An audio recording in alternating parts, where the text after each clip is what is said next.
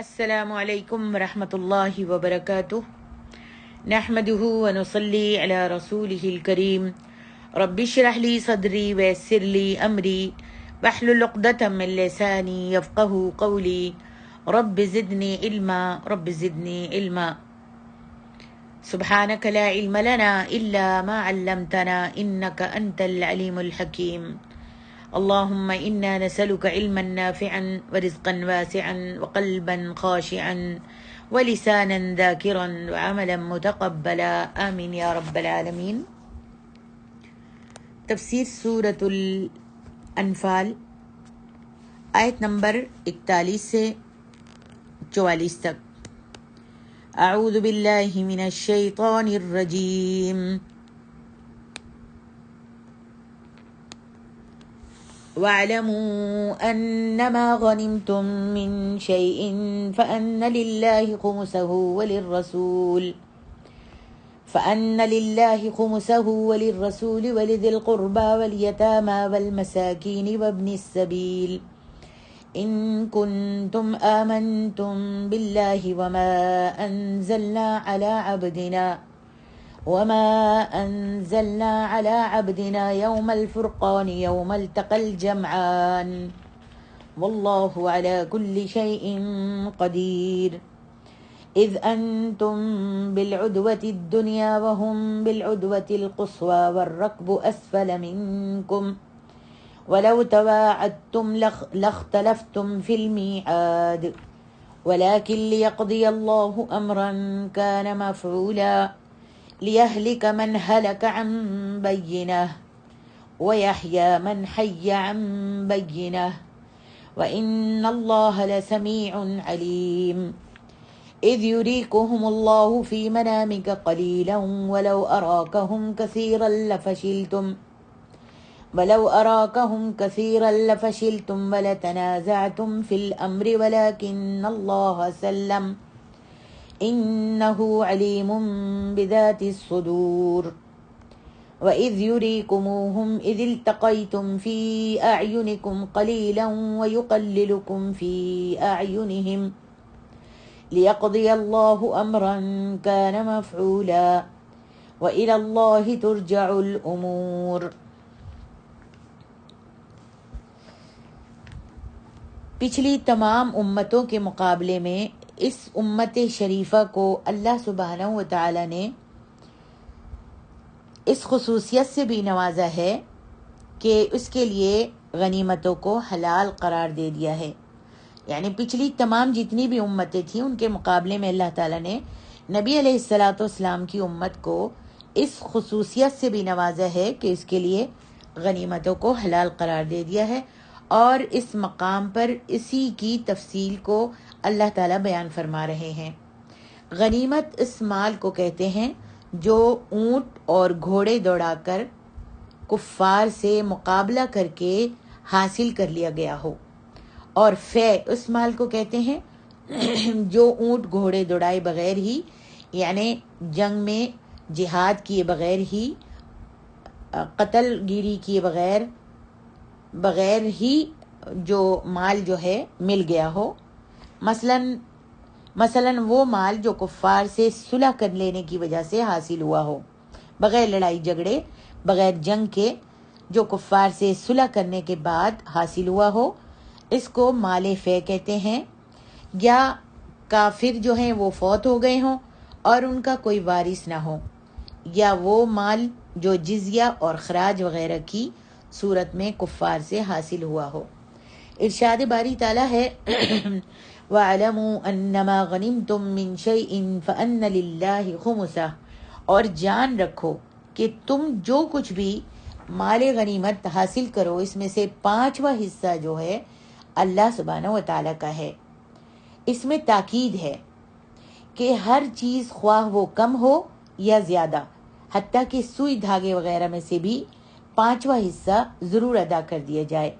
جیسا کہ اللہ سبحانہ و تعالیٰ سورۃ آل عمران میں بھی فرماتے ہیں وَمَن يَغْلُلْ يَأْتِ بِمَا غَلَّ يَوْمَ الْقِيَامَةِ ثُمَّ تُوَفَّى كُلُّ نَفْسٍ مَا كَسَبَتْ وَهُمْ لَا يُظْلَمُونَ،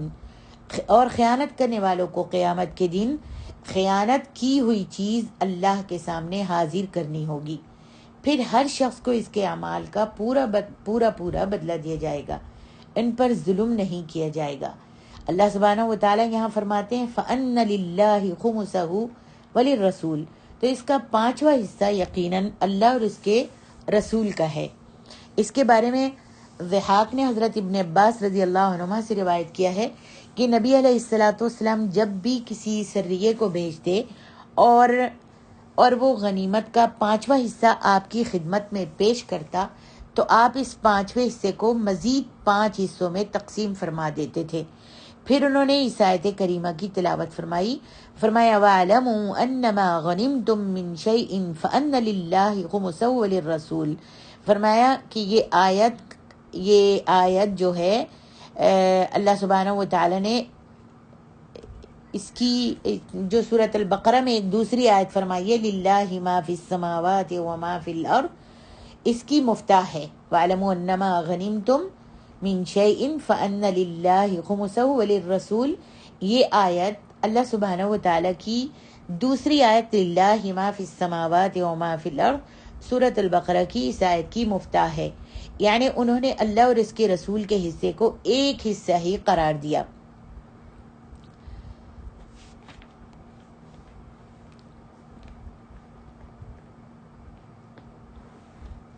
اور امام احمد نے مقدام بن معدی کرب کندی کی روایت کو بیان کیا ہے کہ وہ عبادہ بن صامت، ابو دردہ اور حارث بن معاویہ کے پاس بیٹھے تو انہوں نے نبی علیہ الصلاۃ والسلام کی حدیث مبارکہ کا تذکرہ کیا۔ ابو دردہ نے عبادہ سے کہا کہ نبی علیہ الصلاۃ والسلام نے فلاں غزوے میں مال غنیمت کے بارے میں کیا فرمایا تھا؟ عبادہ نے جواب دیا کہ نبی علیہ الصلاۃ والسلام نے ایک غزوے میں صحابہ کرام کو نماز پڑھائی اور اس وقت مال غنیمت کا ایک اونٹ آپ کے سامنے لایا گیا، آپ کے سامنے تھا۔ سلام پھیرنے کے بعد نبی علیہ الصلاۃ والسلام کھڑے ہوئے اور آپ نے اپنی 2 انگلیوں کے درمیان اونٹ کی ایک مینگنی کو پکڑا اور فرمایا یہ بھی تمہاری غنیمتوں میں سے ہے۔ مینگنی، اللہ اکبر، مینگنی کیا حیثیت رکھتی ہے؟ آپ نے اونٹ کی ایک مینگنی کو پکڑا اور فرمایا یہ بھی تمہاری غنیمتوں میں سے ہے، اور خمس کے علاوہ باقی میرا حصہ بھی تمہارے حصے کے برابر ہی ہے، اور یہ 5واں حصہ بھی تم ہی کو واپس کر دیا جاتا ہے، لہذا سوئی اور دھاگے کو بھی پیش کر دو، اس سے کوئی بڑی یا چھوٹی چیز ہو تو اس کو بھی پیش کر دو، اور خیانت مت کرو، کیونکہ خیانت تو خائن لوگوں کے لیے دنیا اور آخرت میں آگ اور عار ہے۔ اللہ کی خاطر قریب و بعید سب لوگوں سے جہاد کرو، اللہ کے بارے میں کسی ملامت گر کی ملامت کی پرواہ مت کرو، سفر و حضر ہر جگہ اللہ تعالیٰ کی حدود کو قائم کرو اور اللہ تعالیٰ کے راستے میں جہاد کرو۔ جہاد جنت کے دروازوں میں سے ایک عظیم الشان دروازہ ہے، اور اس کے ساتھ اللہ تعالیٰ غم و فکر سے نجات عطا فرماتا ہے۔ اللہ اکبر۔ اور اس آیت میں اللہ تبارک و تعالیٰ نے اس سوال کا تفصیلی جواب بھی دیا ہے جس سے اس سورت کی ابتدا ہوئی تھی۔ اس آیت میں اللہ تعالیٰ نے اس سوال کا تفصیلی جواب بھی دیا ہے۔ وہاں صرف اتنا جواب دیا گیا تھا کہ چونکہ یہ فتح خالصتاً اللہ کی امداد کے نتیجے میں حاصل ہوئی تھی، اللہ کی مدد کے نتیجے میں حاصل ہوئی تھی یہ فتح جنگ بدر کی، اس لیے سب اموال زائدہ غنیمت سمیت اللہ اور اس کے رسول کے ہیں، لہذا تمہیں آپس کا فوری طور پر جھگڑا جو ہے وہ بند کر دینا چاہیے۔ اور تفصیلی جواب یہی ہے کہ اموال غنیمت کا 5واں حصہ اللہ اور اس کے رسول کا ہے، اور باقی جو ہے وہ مجاہدین کا ہے۔ چنانچہ غنیمت کا مال پورے کا پورا ایک جگہ اکٹھا کیا گیا، اور اس کا 5واں حصہ نبی علیہ الصلاۃ والسلام کو اور باقی حصہ جہاد میں حصہ لینے والے مجاہدین میں برابر کا تقسیم کر دیا گیا۔ محمد بن سیرین اور عامر شغمی نے بیان کیا ہے کہ حضرت ابن عباس روایت کرتے ہیں، امام ترمذی نے اس حدیث کو حسن قرار دیا ہے کہ نبی علیہ الصلاۃ والسلام نے ذوالفقار نامی اپنی تلوار کو بدر کے دن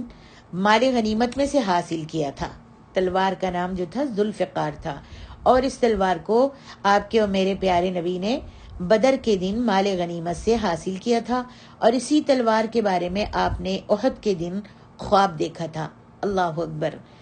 حضرت عائشہ رضی اللہ عنہا سے روایت ہے، آپ فرماتی ہیں صفیہ کا تعلق جو ہے وہ غنیمت کے طور پر حاصل ہونے والی لونڈیوں میں سے تھا۔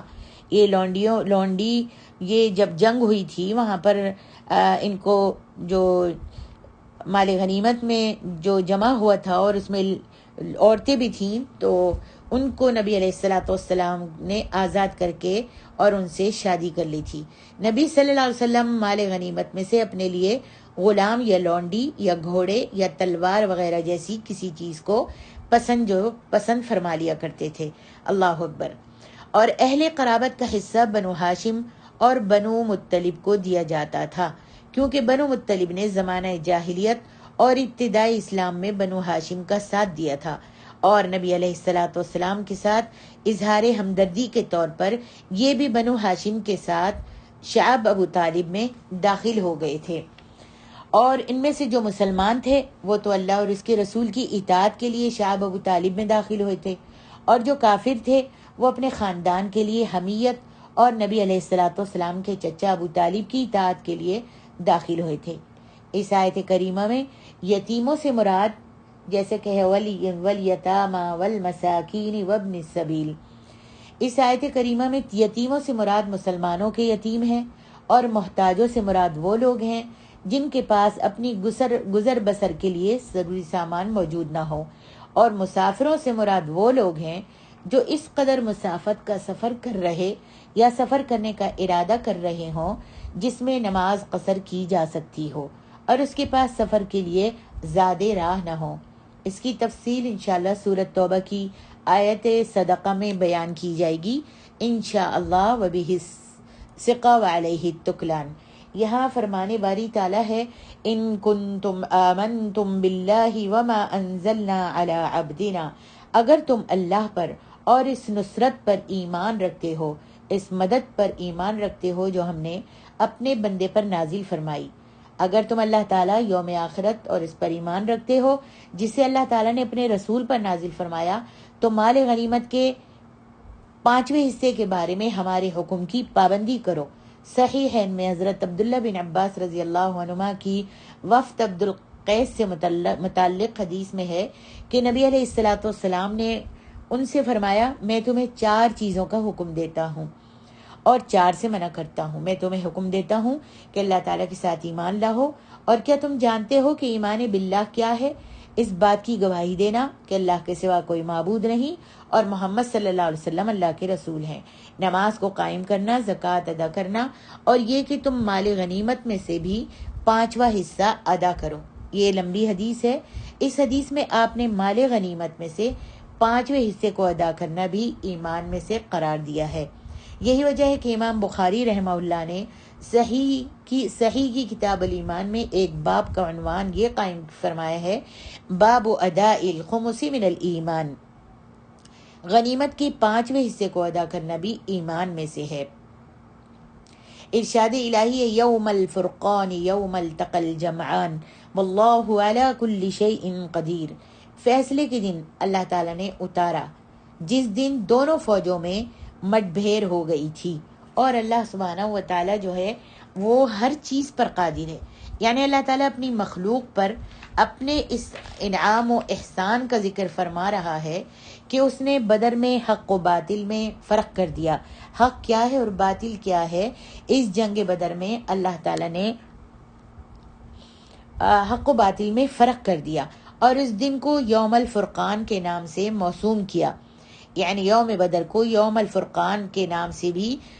بلایا جاتا ہے، کہا جاتا ہے یوم الفرقان، کیونکہ اس دن اس نے کلمہ ایمان کو کلمہ باطل پر سر بلند کر دیا تھا، اپنے دین کو غالب کر دیا، اور اپنے نبی اور اپنی جماعت کو فتح اور نصرت سے سرفراز فرمایا۔ اللہ اکبر۔ تو حضرت ابن عباس بھی کہتے ہیں کہ یوم الفرقان سے مراد جو ہے بدر کا دن ہے، کیونکہ اس دن اللہ نے حق و باطل میں فرق کر دیا تھا۔ اور یہ یوم الفرقان اس لحاظ سے تھا کہ اس مارکے نے یہ فیصلہ کر دیا تھا کہ حق کس فریق کے ساتھ ہے اور باطل پر کون سا فریق ہے. اور یہ جمعۃ المبارک کا دن 17 یعنی 17 رمضان المبارک 2 ہجری تھا. رہی یہ بات کہ اللہ تعالیٰ نے اس دن اپنے بندے محمد صلی اللہ علیہ وسلم پر کیا نازل کیا تھا، تو اس سے مراد سبحان اللہ بارش بھی ہو سکتی ہے، اور فرشتے جو مدد کے لیے آئے تھے وہ بھی ہو سکتے ہیں، اور اللہ تعالیٰ کی مدد تائید الہی کی دوسری صورتیں بھی ہو سکتی ہیں، جن کا ذکر جو ہے آپ پچھلی آیتوں میں پڑھ چکی ہیں کہ اللہ تعالیٰ نے بارش برسا کر، غنودگی دے کر اور فرشتے اتار کر ان کی مدد فرمائی تھی.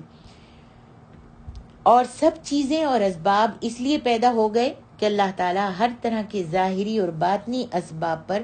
پوری طرح قدرت رکھتا ہے. اللہ اکبر. اللہ تبارک و تعالیٰ نے یوم الفرقان کے بارے میں آگے فرمایا اذ انتم بالعدوۃ الدنیا، جس وقت تم بدر کے قریب والے کنارے پر تھے، یعنی جب تم نے وادی کے اس کنارے پر پڑاؤ ڈالا ہوا تھا جو مدینے سے قریب تھا. وہم بالعدوۃ القصویٰ، اور کافر بعید کے دور کے کنارے پر تھے، یعنی اس کنارے پر جو مدینے سے بعید اور مکے کے نزدیک تھا. والرکب، اور قافلہ جس میں ابو سفیان اپنے سامان تجارت کے ساتھ تھا. اسفل منکم، تم سے نیچے اتر گیا تھا، اور وہ ساحل سمندر کی طرف تھا. ولو تواعدتم، اور اگر تم جنگ کے لیے آپس میں وعدہ کرتے، اور اگر تم جنگ کے واسطے آپس میں وعدہ کرتے، تم اور مشرک ایک جگہ جمع ہونے کے بارے میں آپس میں وعدہ کرتے، فیصلہ کرتے، لاختلفتم فی المیعاد، تو وقت معین پر جمع ہونے میں اختلاف کرتے. محمد بن اسحاق نے کہا ہے کہ یہ آیت کریمہ کے بارے میں یہ بیان کیا ہے کہ اس کا مفہوم یہ ہے کہ اگر یہ مٹبھیڑ تمہارے اور ان کے درمیان طے شدہ ایک وقت معین کے مطابق ہوتی، یعنی اگر آپس میں تم ایک وقت معین کر لیتے اور اس مقرر کیے ہوئے وقت کے مطابق تمہاری ملاقات ہوتی، مٹبھیڑ ہوتی، پھر تمہیں یہ معلوم ہوتا کہ ان کی تعداد زیادہ اور تمہاری تعداد کم ہے، تو تم ان سے نہ ملتے. وَلَٰكِن لِّيَقْضِيَ اللَّهُ أَمْرًا كَانَ مَفْعُولًا، لیکن تاکہ اللہ اس کام کو پورا کر دے جو ہو کر رہنے والا تھا. اللہ تعالیٰ نے اسلام اور مسلمانوں کو عزت عطا فرمانے اور شرک و مشرکین کو ذلیل و رسوا کرنے کا اپنے قدرت کے ساتھ جو ارادہ فرمایا اس کو پورا کر دے، اور اپنے لطف و کرم کے ساتھ اس نے اپنے اس ارادے کو پورا فرما دیا. لیقضی اللہ امرا کان مفعولا. حدیث کعب بن مالک میں ہے کہ نبی علیہ الصلوۃ والسلام اور مسلمان نکلے اور وہ قریش کے قافلے سے ملنا چاہتے تھے، حتیٰ کہ اللہ تعالیٰ نے انہیں اور ان کے دشمنوں کو پہلے سے طے شدہ کسی وقت معین کے بغیر، یعنی کوئی وعدہ اور کوئی وقت معین کیے بغیر، مقرر کیے بغیر جمع کر دیا. جیسا کہ آپ نے پڑھا ہے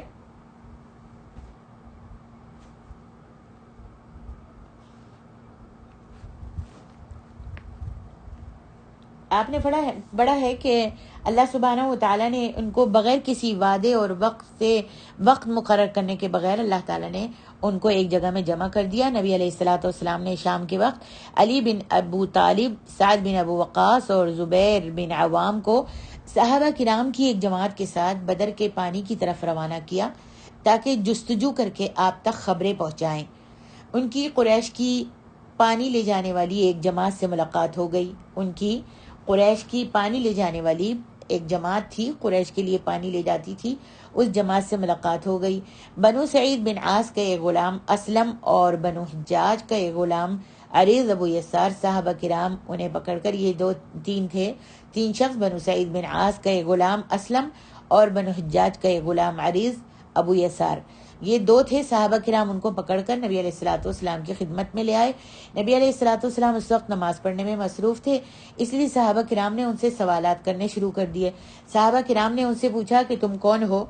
انہوں نے جواب دیا کہ ہم قریش کے سقے ہیں، انہوں نے ہمیں بھیجا ہے تاکہ ہم ان کے پینے کے لیے پانی لے جائیں. لوگوں نے ان کی یہ بات قبول نہیں کی اور انہیں خیال ہوا کہ شاید یہ ابو سفیان کے ملازم ہیں، اس لیے انہوں نے انہیں خوب مارا اور پیٹا. تو وہ بول اٹھے، کہنے لگے کہ ہاں، ہم ابو سفیان ہی کے ملازم ہیں. اس پر انہوں نے انہیں چھوڑ دیا،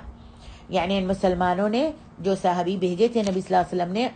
ان کافروں کو، ان مشرکوں کو چھوڑ دیا۔ نبی علیہ الصلوۃ والسلام نے رکوع کیا، پھر سجدے کیے اور اپنی نماز مکمل کرنے کے بعد سلام پھیرا، اور آپ نے فرمایا جب ان دونوں نے تم سے سچ کہا تو تم نے ان کو مارنا پیٹنا شروع کر دیا، اور جب انہوں نے جھوٹ بولا تو تم نے ان کو چھوڑ دیا۔ واللہ ان دونوں نے سچ کہا ہے کہ وہ قریش کے آدمی ہیں۔ پھر آپ نے ان سے مخاطب ہو کے فرمایا کہ مجھے قریش کے متعلق خبر دو گے؟ انہوں نے کہا کہ واللہ وہ اس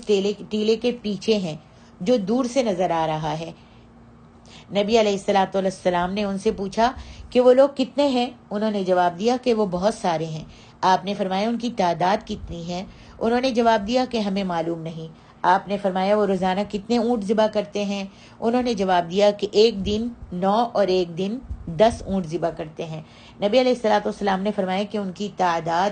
900 سے 1000 کے درمیان ہے۔ پھر آپ نے ان دونوں سے پوچھا کہ لشکر میں سرداران قریش میں سے کون کون ہیں، یعنی مکے سے سرداران قریش کون کون آئے ہیں؟ تو انہوں نے بتایا کہ عتبہ بن ربیعہ، شیبہ بن ربیعہ،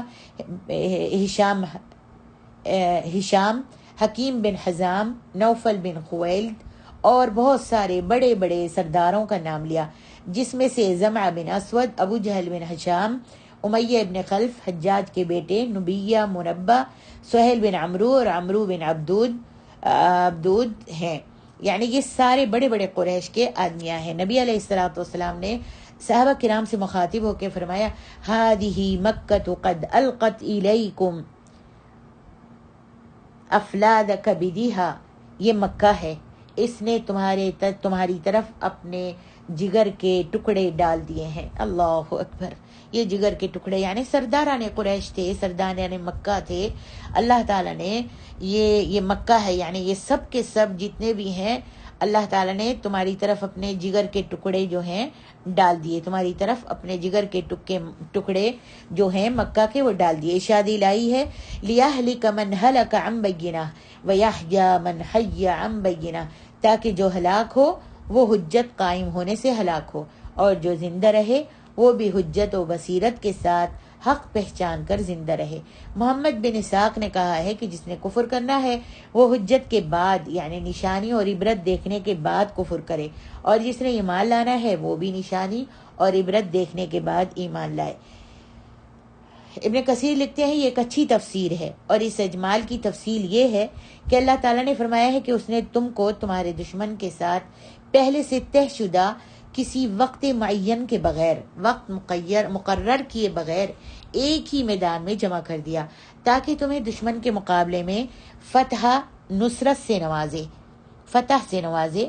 کلمہ حق کو باطل کے مقابلے میں سر بلندی عطا فرمائے، تاکہ معاملہ بالکل واضح ہو جائے، کیونکہ یہ حجت قاطعہ اور یہ براہین ساطعہ ہیں، اور ان کے بعد کسی کے پاس نہ کوئی حجت باقی رہے اور نہ کسی کے لیے کسی قسم کے شبے کی کوئی گنجائش رہے۔ اور یہ وہ صورت ہے کہ اگر کسی نے ہلاکی ہونا ہے تو وہ ہلاک ہو جائے، اور اگر کسی نے اپنے کفر ہی کی حالت پر برقرار رہنا ہے تو وہ بصیرت کے ساتھ کفر کو اختیار کرے، کیونکہ وہ حجت قائم ہونے کے باوجود اپنے باطل مذہب پر قائم ہے۔ اسی طرح جس نے ایمان لانا ہے تو وہ بھی حجت و بصیرت کے ساتھ ایمان لائے، اور ایمان تو دلوں کی زندگی ہے، جیسا کہ اللہ تعالیٰ سورۃ الانعام میں ارشاد فرماتے ہیں اومن کان میتا فاحییناہ وجعلنا له نورا یمشی بہ فی الناس، کیا ایک ایسا شخص جو پہلے مردہ تھا پھر ہم نے اس کو زندہ کر دیا اور ہم نے اس کے لیے روشنی کر دی، یعنی اسلام کی روشنی سے اس کو نواز دیا، جس کے ذریعے سے وہ لوگوں میں چلتا پھرتا ہے۔ اللہ اکبر۔ آگے ارشاد ربانی وَإِنَّ اللَّهَ لَسَمِيعٌ، اور کچھ شک نہیں کہ اللہ تعالیٰ جو ہے وہ خوب سننے والا ہے، یعنی تمہاری دعا اور الہاوزاری اور تمہاری فریاد کو وہ سنتا ہے، علیم تمہیں جانتا بھی ہے، اور یقیناً کفار اپنی ضد کے مقابلے میں تمہیں فتح و نصرت کے مستحق ہو، تم ہی فتح و نصرت کے، کفار کی ضدوں اور ہٹ دھرمی اور کفر کے مقابلے میں تم جو ہو مسلمان، تم ہی فتح و نصرت کے مستحق ہو۔ اللہ اکبر۔ آگے ارشاد ربانی ہے، اللہ تعالیٰ فرماتے ہیں وَلَوْ أَرَاكَهُمْ كَثِيرًا لَفَشِلْتُمْ إِذْ يُرِيكَهُمُ اللَّهُ فِي مَنَامِكَ قَلِيلًا۔ یہ بھی اللہ تعالیٰ کی امداد ہی کی ایک صورت ہے کہ عریش میں اللہ کے حضور نبی علیہ السلام آہوزاری اور فتح و نصرت کی دعائیں مانگنے کے بعد جب آپ پر نیند کا غلبہ ہوا تو حالت خواب میں آپ کو کفار کی تعداد ان کی اصل تعداد سے کم دکھلائی گئی، اور اس کا یہ فائدہ تھا کہ مسلمان کہیں کفار کی تعداد اور ان کے اسلحہ جنگ سے مرعوب ہو کر ہمت ہی نہ ہار بیٹھیں اور مشورے کی صورت میں جنگ کرنے یا کرنے کی مصلحتوں پر غور کیا جانے لگے۔ امام مجاہد کہتے ہیں کہ اللہ تعالیٰ نے اپنے نبی کے خواب میں کافروں کی تعداد کو تھوڑا کر کے دکھایا، اور نبی اکرم صلی اللہ علیہ وسلم نے صحابہ کرام کو اس کے بارے میں بتلایا تو اس سے انہیں حوصلہ اور ثابت قدمی نصیب ہو گئی۔ ابن اسحاق اور کئی دیگر اہل علم کا بھی یہی قول ہے۔ فرمان الہی وَلَوْ أَرَاكَهُمْ كَثِيرًا لَفَشِلْتُمْ،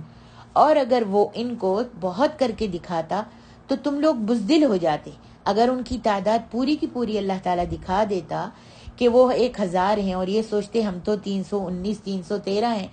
تو ان کے دل جو تھے وہ ایک دم بیٹھ جاتے اور یہ مایوس ہو جاتے اور بزدل ہو جاتے۔ یعنی تم بزدلی کا مظاہرہ کرتے اور آپس میں پھر اختلاف بھی کرنے لگ جاتے۔ وَلَٰكِنَّ اللَّهَ سَلَّمَ، لیکن اللہ تعالیٰ نے تمہیں اس سے بچا لیا، اس طرح کہ دشمن تمہیں تھوڑی تعداد میں دکھائے۔ إِنَّهُ عَلِيمٌ بِذَاتِ الصُّدُورِ، بے شک وہ سینوں کی باتوں سے واقف ہے، وہ تو ان باتوں سے بھی آگاہ ہے جن کو ضمیر چھپائے ہوتے ہیں اور جن پر انتڑیاں لپٹی ہوتی ہیں۔ اللہ اکبر۔ کس لیے کہ اللہ سبحانہ و تعالیٰ سورۃ المومن میں فرماتے ہیں یعلم خائنۃ الاعین وما تخفی الصدور، وہ تو آنکھوں کی خیانت کو بھی جانتا ہے اور جنہیں سینوں نے چھپایا ہوا ہے وہ تو وہ بھی جانتا ہے۔ ارشاد الہی وَإِذْ يُرِيكُمُوهُمْ إِذِ الْتَقَيْتُمْ فِي أَعْيُنِكُمْ قَلِيلًا، اور اے مسلمانوں یاد کرو جب تم ایک دوسرے کے مقابل ہوئے، مد مقابل آئے تو کافروں کو تمہاری نظروں میں تھوڑا کر کے دکھاتا تھا اللہ تعالیٰ، یعنی کافروں کو تمہاری نظروں میں تھوڑا کر کے دکھاتا تھا۔ یہ بھی اللہ تعالیٰ کا مومنوں کے ساتھ ایک خاص لطف و کرم تھا کہ اس نے کافروں کو مسلمانوں کی آنکھوں میں تھوڑا کر کے دکھایا، اور اس طرح اللہ تعالیٰ نے مسلمانوں کو کافروں پر جرت اور رغبت دلائی۔ ابو اسحاق ابو عبیدہ سے اور انہوں نے حضرت عبداللہ ابن مسعود سے روایت کیا ہے کہ بدر کے دن کافر ہماری آنکھوں میں اس قدر تھوڑی تعداد میں دکھائے گئے